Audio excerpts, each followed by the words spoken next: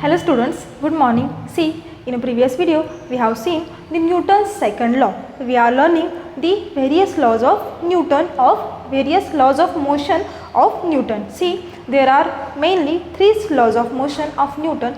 The first law of Newton, the first law of motion of Newton, the first law of Newton's first law of motion is nothing but it's all about law of inertia. Therefore, Newton's first law of motion is also known as law of inertia. The second law of Newton or the Newton's second law of motion is also known as law of momentum. See, and in a previous video we have seen that second law, that is nothing but the law of momentum. What is the law of momentum? Momentum is equal to P is equal to m into V.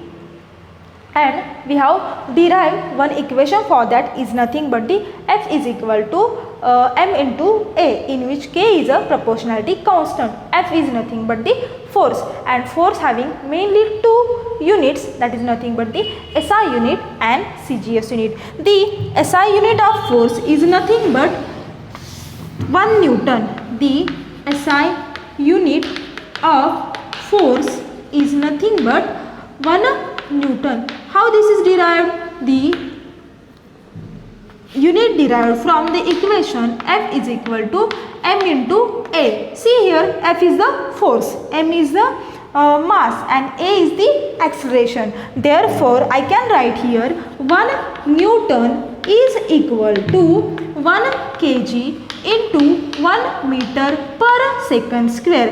This is the value of 1 Newton. Means I can define here, or I will define here, the 1 Newton is nothing but the force necessary to create the acceleration of 1 meter per square of mass 1 kg, that is nothing but the 1 Newton. And the CGS unit for force is the CGS unit of force is nothing but the 1 dyne, or it is also called as dyne, which is also derived from the same equation. Equation is the F is equal to m into A. What is 1 dyne? What is the value of 1 dyne?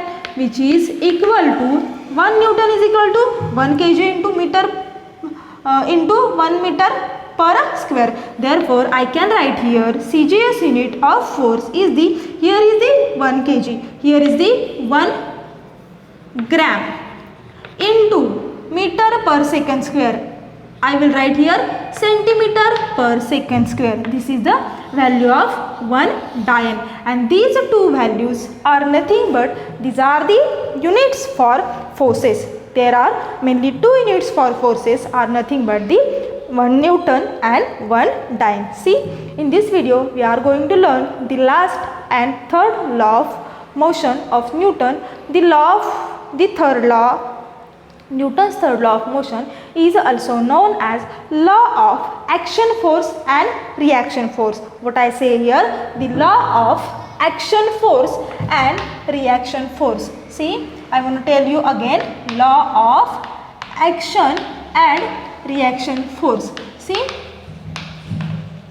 the Newton's first law of motion known as law of inertia. Newton's second law of motion is known as law of momentum, and the Newton's third law of motion is known as law of action and reaction force. See, first of all, we will understood what is mean by action force and reaction force. See, consider you have a ball in your hand. You throw that ball on a wall, and again forcefully that ball returns into same direction to your direction. Means if there is a action, there is also reaction. If you slap somebody, okay, if you one day slap somebody, then you have some force in your hand also. Means what I want to say here, if there is action, there is also reaction. This is the Newton's third law of motion. Newton's third law of motion is all about action and reaction force. See, first of all we will understood, or we will learn what is mean by action and reaction forces. See, here is the some points See, it's all about action force and reaction force. Newton's third law of motion is all about action force and reaction force. See, action and reaction force, that terms are which expressed force. See, action and reaction force which expressed what is the force. See, this acts in a pair and one force cannot exist itself. See, these two forces are always acts in a pair. Not only one force can exist itself. There are always action, reaction. If there is action, there is also reaction. This is the meaning of the statement. These two forces are always act in a pairs. For example, I will give you one example. See, if you trigger the gun, see, when you trigger the gun, the gun come backside. Gun goes in a forward direction also and also backward direction. Means there is a action also and reaction is also. See, action and reaction forces are acts simultaneously. See, these two forces are always acts simultaneously, or these two forces are always acts at a time. That is nothing but the acts forces are always simultaneously. Action and reaction forces are acts on a different object. See, very important point here. The action and reaction forces are act on a different object. See, I have given you two examples just before a minute. See, in case of ball, there are two objects. Which two objects? Ball and wall. Okay. Second example, trigger the gun. Okay. Which objects? The gun and the काय म्हणत आपण गोळी.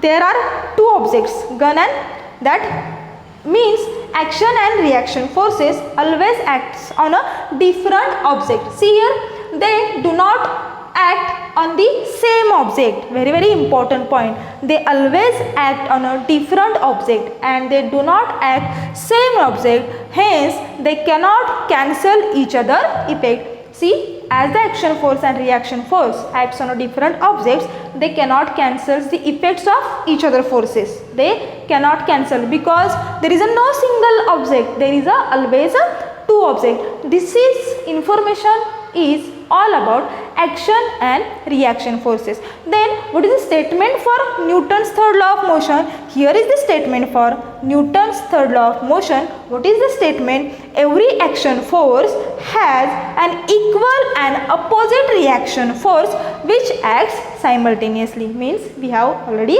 seen. What's the Newton's want to tell? Every action force has equal and opposite reaction force.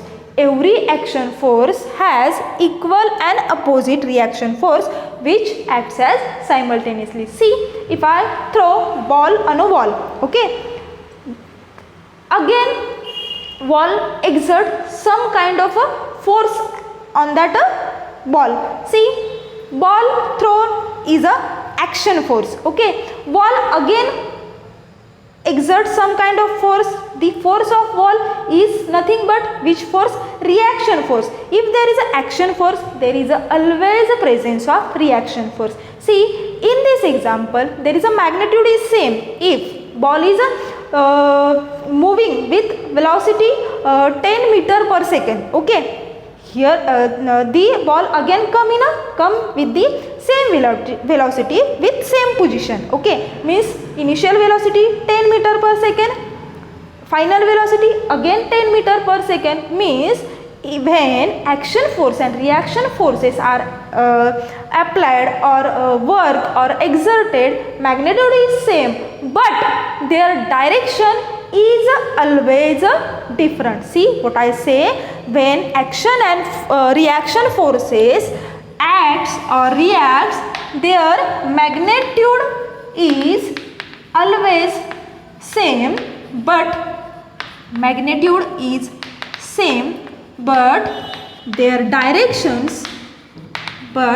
their direction are always different. Here is the very important point in case of this law. See, when you trigger the gun, गोळी पुढच्या दिशेला जाणार आणि gun मागच्या दिशेला येणार.